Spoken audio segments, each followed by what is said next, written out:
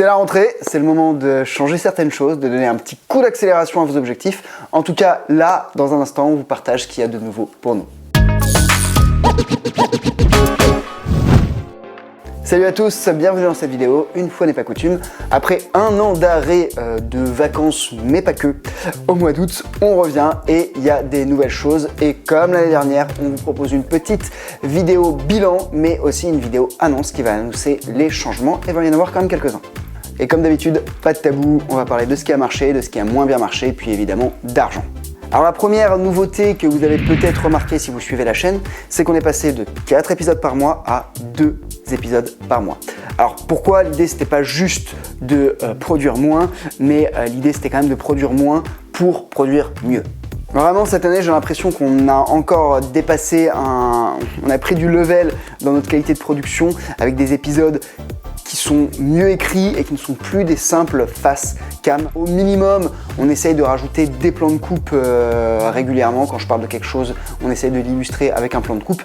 Mais on a aussi développé des formats d'émissions, notamment tout ce qui est émission de vlogging, qui a plutôt plu sur la chaîne, où je narre un petit peu mes aventures en presta. Ça, ce genre d'épisode, ça prend quand même un petit peu plus de temps à monter, à tourner et aussi à écrire, parce qu'il y a quand même une petite écriture en amont, puis même en aval, où je réenregistre un petit peu et je commente ce que j'ai fait.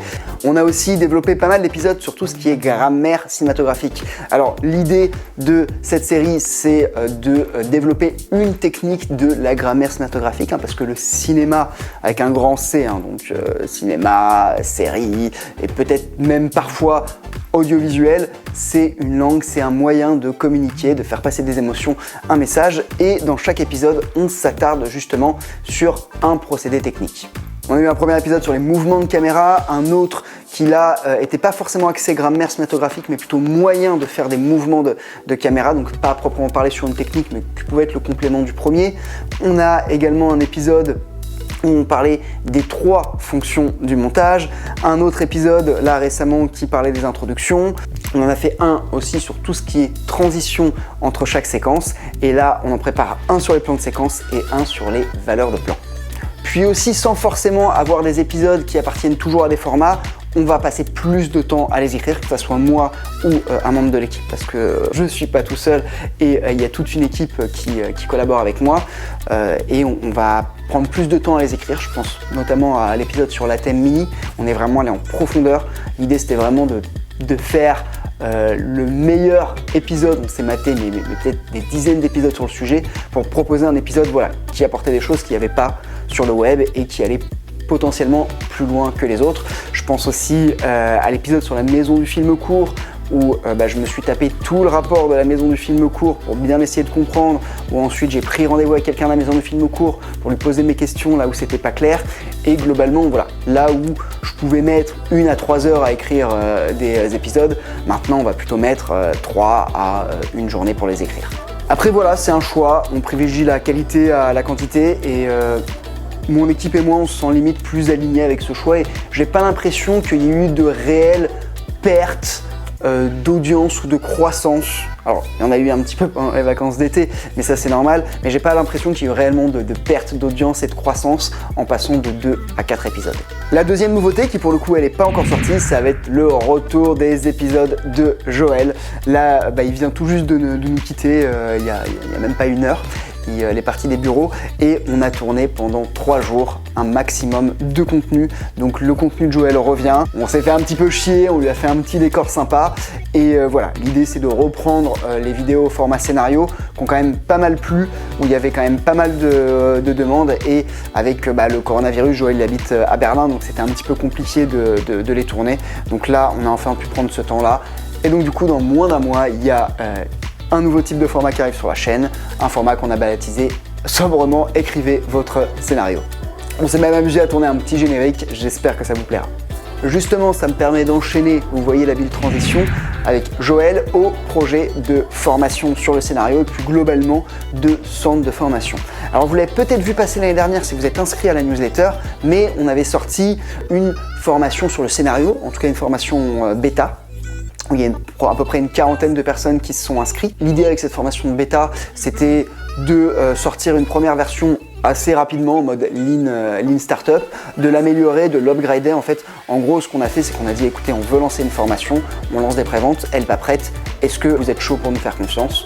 On a eu à peu près, comme je l'ai dit, une quarantaine de ventes et nous, ça nous a permis d'écrire tranquillement la formation, de faire un produit le plus sympa possible. On a eu quand même des plutôt bons retours, mais là, on est encore en train de l'upgrader, parce qu'avec Joël, ça nous tient vraiment à cœur de sortir une formation qui soit la meilleure formation possible sur le marché. Alors c'est une formation qui est orientée scénario, mais qui est orientée scénario de court-métrage. Pourquoi? Parce que écrire un court-métrage, quand on s'intéresse au scénario, c'est juste le meilleur chemin.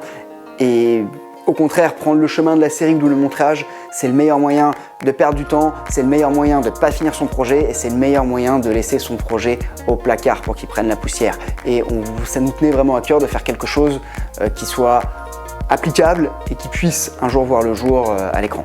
Donc cette formation là que je vous tease, elle sort quand? Elle sort dans un mois. On va communiquer dessus principalement par mail parce que voilà, j'ai pas forcément envie de spammer tout le monde. Donc n'hésitez pas à télécharger les guides et notamment le petit guide du scénario, vous serez prévenus. Évidemment, il y aura une petite ristourne pour le lancement de la formation.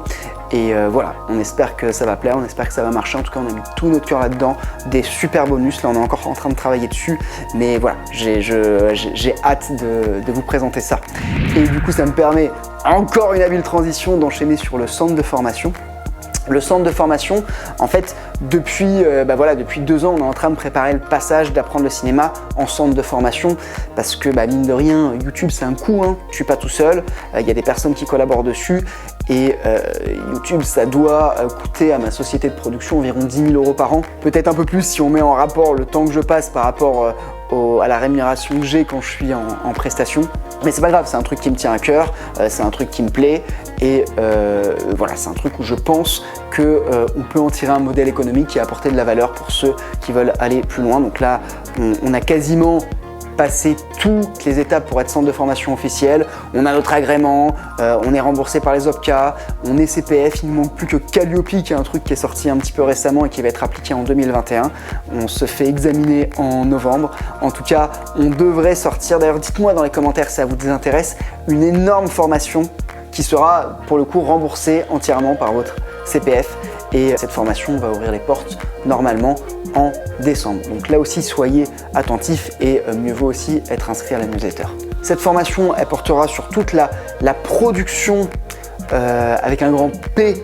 Donc en gros, de l'écriture jusqu'à la réalisation et la promotion d'un projet audiovisuel, quand même orienté court-métrage, parce qu'encore une fois, c'est là qu'il faut faire ses premières armes. Et même moi, j'en suis encore au court-métrage, à faire des courts-métrages pour essayer de gagner de la crédibilité dans le réalisateur game. Et c'est une compétition, alors compétition c'est peut-être pas le bon mot, mais en tout cas c'est un chemin qui est le chemin que tout le monde doit prendre et il est accessible ce chemin. Donc voilà, cette formation sera une grosse formation là-dessus et on ouvrira les portes CPF en décembre. Autre nouveauté, qui est une nouveauté là, personnelle mais forcément qui va impacter la chaîne. J'avais émis vraiment, pareil, depuis 2 ans à peu près, le souhait de passer à de la fiction parce que c'est top d'avoir une boîte de prod qui fait de l'institutionnel, on gagne relativement bien notre vie, encore relativement dès qu'on a une équipe, le relatif est plus important. Mais en tout cas, c'était pas le rêve de faire l'institutionnel, le rêve c'était de faire de la fiction. Donc depuis 2 ans, je réfléchis à comment passer de la fiction et là on prépare un gros projet de fiction qui est une comédie musicale en court-métrage qui va se tourner, les dates sont arrêtées 4 et 6 octobre. C'est vraiment un beau projet à la fois dans son scénario, donc qui est une comédie musicale humoristique, et aussi dans son ambition, parce que voilà, on va monter à un moment jusqu'à 50 techniciens, figurants, acteurs compris sur le set, et évidemment, on va partager ça sur Apprendre le cinéma. Évidemment, je vais en profiter pour faire un maximum de contenu. Alors ce projet, c'est pas moi qui vais le réaliser, c'est un ami à moi. Moi sur ce projet, j'ai plusieurs casquettes, producteur délégué, donc le producteur délégué c'est ma société et moi qui le produisons.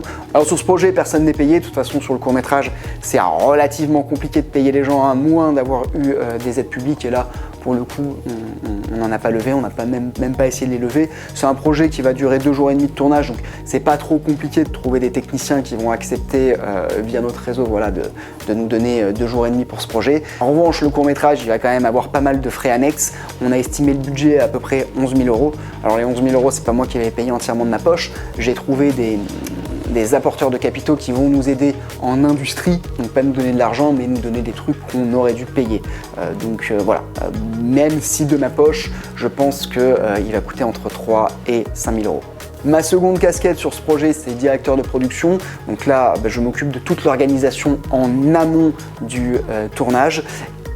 Et sur le tournage en lui-même, normalement, j'ai un petit rôle de comédien et je suis aussi premier assistant réal. En tout cas, ce qui est sûr, c'est que vous allez être informé de ce tournage. Alors bien sûr, on va faire pas mal de contenu YouTube, on va en profiter parce qu'on va faire un maximum d'images, d'illustrations qu'on va utiliser dans notre database de plans de coupe.